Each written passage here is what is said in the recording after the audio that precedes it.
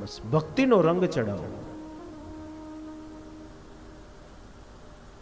સુખદેવજી વર્ણન કરે પરીક્ષિત,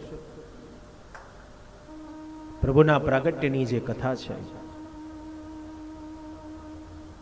વસુદેવ દેવકીને ત્યાં ભગવાન બ્રહ્મ સ્વરૂપમાં પધાર્યા અને નંદ યશોદાને ઘેર બાળકના રૂપમાં ભગવાન પધાર્યા. દેવકી વસુદેવને ચતુર્ભુજ રૂપમાં દર્શન આપ્યા ભગવાને.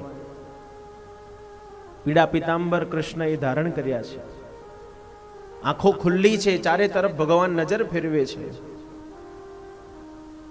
તો દેવકી વસુદેવને ત્યાં બ્રહ્મ સ્વરૂપ છે અને નંદ યશોદાને ઘેર ભગવાન બાળકના રૂપમાં પધાર્યા. દેવકી માએ અદ્ભુત રૂપના દર્શન કર્યા.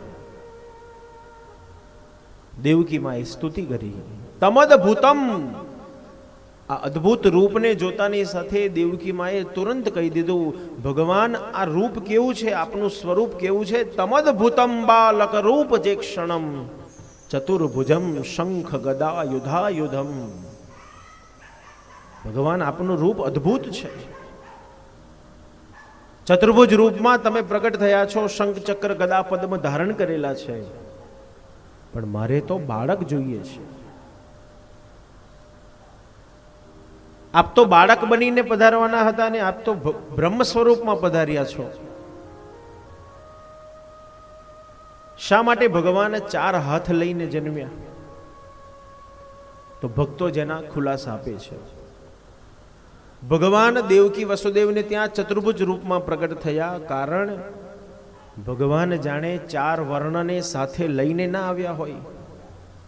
બ્રાહ્મણ, ક્ષત્રિય, વૈશ્ય અને ક્ષુદ્ર, આ 4 વર્ણને ભગવાન સાથે લઈને આવ્યા છે, માટે ભગવાન ચતુર્ભુજ રૂપમાં પ્રગટ થયા. બીજા ભક્તે બીજો જવાબ આપ્યો, આજે જાણે ભગવાન પોતાની 4 અવસ્થાને સાથે લઈને આવ્યા હોય, બાલ્યવસ્થા, યુવાવસ્થા, વૃદ્ધ અવસ્થા અને અંતિમ અવસ્થા. તેથી ભગવાન ચતુર્ભુજ રૂપમાં પ્રગટ થયા. પીળા પિતાંબર ભગવાને ધારણ કર્યા છે. શા માટે ભગવાને પીળા પિતાંબર પહેર્યા, પીળા દહીંદૂધ માખણ કર્યા છે? કારણ પીળું એ પ્રેમનું પ્રતીક છે. ભગવાન આજે પ્રેમ લૂંટાવા માટે આવ્યા છે, પ્રેમ સમાજને બાંટવા માટે આવ્યા છે. તેથી પીળા પિતાંબર ભગવાને ધારણ કર્યા, પીળા દહીંદૂધ માખણ કર્યા છે. પ્રેમનું પ્રતીક એ પીળો રંગ છે, લાલ રંગ નથી.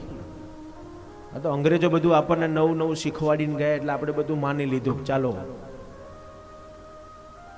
પણ હજારો વર્ષ પહેલા ભગવાન શ્રી કૃષ્ણ જ્યારે આ ભૂતલ ઉપર પધાર્યા, તો કૃષ્ણ આયા છે પ્રેમ બાંટવા માટે આવ્યા છે, પ્રેમ લૂંટાવા માટે કૃષ્ણ આવ્યા છે. તો ભગવાન કહે છે પીળો રંગ એ પ્રેમનું પ્રતીક છે. તેથી તો ભગવાન પીળા પિતાંબર ધારણ કરીને આવ્યા છે, પીળા દહીંદૂધ માખણ કર્યા છે, એકબીજાના ઉપર પીળા દહીંદૂધ માખણ છાંટી રહ્યા છે. પુષ્ટિમાર્ગના મંદિરોમાં તમે આ દ્રશ્ય જોવા મળે છે. જ્યારે કોઈ ઉત્સવ હોય છે, કોઈ પ્રસંગ હોય છે, ત્યારે ઠાકોરજીને પીળા વસ્ત્ર ધારણ કરાવવામાં આવે છે. મુખિયાજી પણ પીળા વસ્ત્ર ધારણ કરશે, મહારાજશ્રીઓ પણ પીળા વસ્ત્ર ધારણ કરે છે, કારણ પીળું એ પ્રેમનું પ્રતીક છે.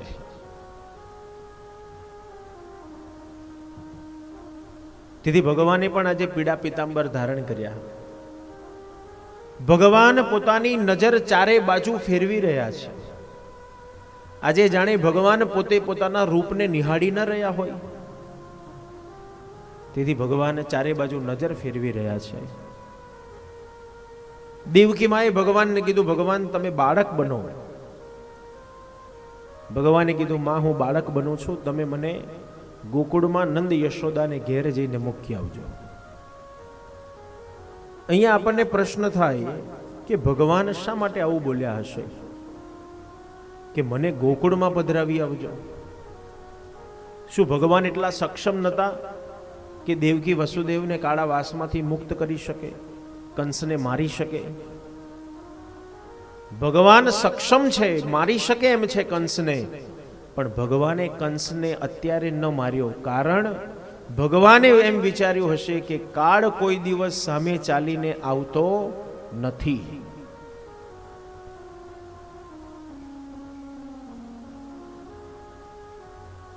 બીજા ભક્તે કીધું કે ભગવાને એમ વિચાર્યું હશે કે જે માએ મારા આ ચતુર્ભુજ રૂપના દર્શન કર્યા છે એ માં મને માનો પ્રેમ નહીં આપી શકે,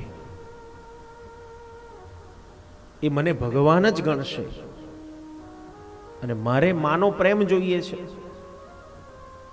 તો ભગવાને વિચાર્યું હશે કે પ્રેમમાં વિયોગની જરૂર છે. જ્યાં એકબીજાથી વિયોગ થાય છે, એકબીજાથી જ્યાં દૂર જઈએ છીએ, ત્યાં પ્રેમ હૃદયમાંથી આપોઆપ બહાર નીકળી જાય છે. કહેવત છે ને, બહુ નજીક રહેલાની કિંમત હોતી નથી, અને એના ગયા પછી હાર તોલા પહેરાયા વગર આપણે રહી શકતા નથી. જ્યાં આપણાથી કોઈનો વિયોગ થાય છે તો એના માટે પ્રેમ આપણા હૃદયમાંથી આપોઆપ બહાર નીકળી જાય છે.